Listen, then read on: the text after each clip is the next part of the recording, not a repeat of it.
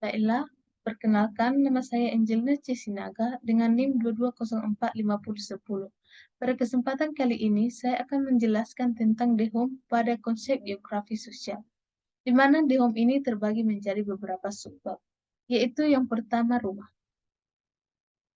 Rumah merupakan matriks hubungan sosial dan secara khusus dihargai sebagai tempat hubungan keluarga heteroseksual dan memiliki makna simbolis dan isiologis yang lebih luas, misalnya pada masa krisis.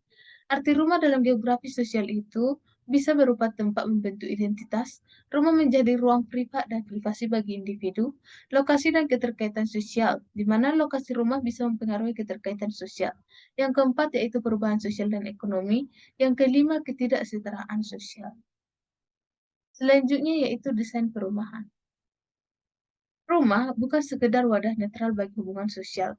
Rumah dirancang dan dibangun oleh manusia dan dengan demikian merupakan hasil dari masyarakat yang memproduksinya. Lingkungan yang dibangun mengandung makna misalnya tentang apa yang termasuk aktivitas pribadi dan apa aktivitas publik untuk siapa, serta perilaku yang pantas bagi laki-laki dan perempuan di lokasi tertentu. Dari hal ini bisa diketahui bahwa lingkungan itu bersifat membatasi, di mana desain rumah dapat dibuat dengan pertimbangan gender dan lingkungan binaan. Selanjutnya yaitu arti rumah. Rumah itu memiliki beberapa makna. Yang pertama yaitu shelter. Rumah merupakan struktur material yang memberikan keamanan fisik dan perlindungan dari unsur-unsur bahaya. Yang kedua yaitu perapian, di mana rumah memberikan rasa hangat, rileks, nyaman, serta suasana ramah bagi pengunjung. Yang ketiga yaitu hati, di mana rumah didasarkan pada hubungan saling mendukung dan saling sayang. Ini adalah tempat cinta, emosi, kebahagiaan, dan stabilitas. Yang keempat yaitu privasi. Berada di tempat pribadi adalah bagian utama dari arti rumah. Ini melibatkan kekuatan untuk mengontrol siapa saja yang bisa masuk ke rumah. Yang kelima yaitu akar. Rumah dapat menjadi sumber identitas dan kebermaknaan. Hal ini membantu mengurangi rasa keterasingan kita dari masyarakat luas. Yang keenam yaitu abodi. Arti ini bisa mengacu pada dimanapun Anda tinggal. Tidak harus berupa rumah seperti yang kita definisikan secara konvensional, tetapi juga berupa tenda atau bangku taman. Selanjutnya yaitu pengalaman di rumah. Beberapa pengalaman di rumah yaitu yang pertama rumah sebagai tempat bekerja. Yang artinya rumah dapat menjadi tempat kerja yang berbayar maupun pekerjaan rumah tangga tidak berbayar. Rumah dan kerja adalah ruang terpisah, di mana rumah biasanya tempat relaksasi. Namun sehubungan dengan itu, rumah juga sering dijadikan sebagai tempat bekerja, sehingga dapat disimpulkan rumah dan ruang adalah hal yang berbeda, namun saling membentuk. Yang kedua yaitu rumah sebagai tempat kekerasan. Yang biasanya, meskipun rumah sering dijadikan sebagai tempat untuk relaksasi dan juga hangatnya keluarga, namun sering dianggap rumah ini tempat berbahaya bagi mereka yang merasakan kekerasan rumah tangga.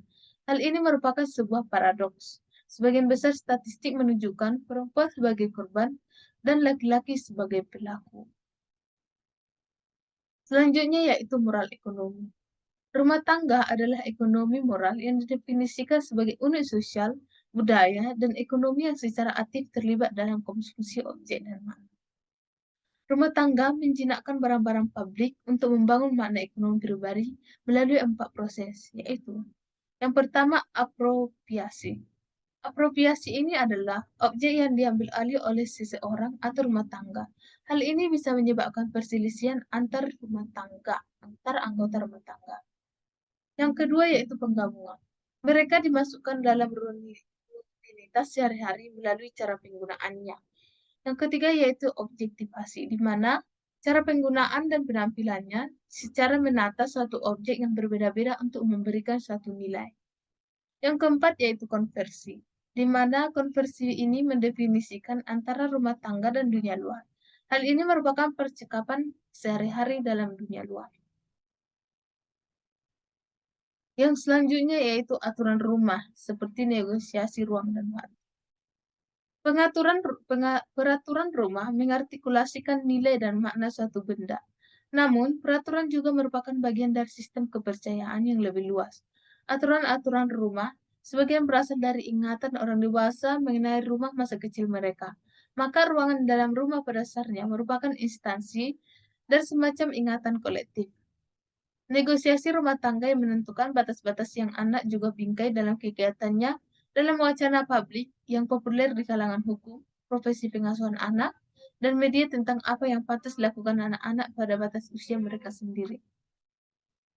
Contoh aturan dalam rumah tangga yaitu yang pertama, dalam rumah tangga itu anak-anak secara aktif menegosiasi makna yang nggak berasal dari usia mereka. Yang kedua, pembatasan orang tua disalahkan sebagai penyebab kehidupan anak-anak di rumah terpusat dan menghancurkan budaya jalanan mereka. 6 contoh aturan dalam rumah bisa berupa yang pertama, jangan menyeka jendela dengan tanganmu, Anda hanya mencorengnya. Yang kedua, jangan menjatuhkan diri ke sofa, duduk di atasnya. Yang ketiga, jangan bergelantungan di belakang sofa. Yang keempat, jangan menyembunyikan sesuatu di bawah ataupun di belakang bantal.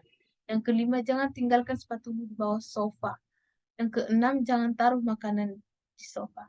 Hal ini merupakan contoh aturan dalam rumah tangga yang sering kita lihat di dalam suatu rumah. Yang selanjutnya yaitu tunawisma.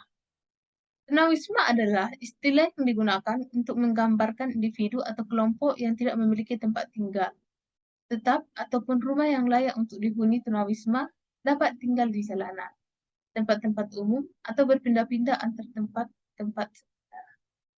Penyebab penyebab tunawisma ini bisa berupa yang pertama, ketidakstabilan ekonomi. Ketidakstabilan ekonomi termasuk pengangguran, pekerjaan dengan upah rendah, atau kurangnya kesempatan pekerjaan dapat mengakibatkan seseorang kehilangan kemampuan untuk membayar sewa atau mempertahankan tempat tinggal yang layak. Yang kedua yaitu harga properti yang tinggi. Di daerah-daerah dengan harga properti yang tinggi, sulit bagi individu dengan pendapatan rendah untuk membeli atau menyewa tempat tinggal. Yang kelima yaitu gangguan mental dan kesehatan. Masalah kesehatan mental, penyalahgunaan zat atau gangguan kesehatan lainnya dapat mengarah pada ketidakmampuan seseorang untuk menjaga stabilitas tempat tinggal mereka.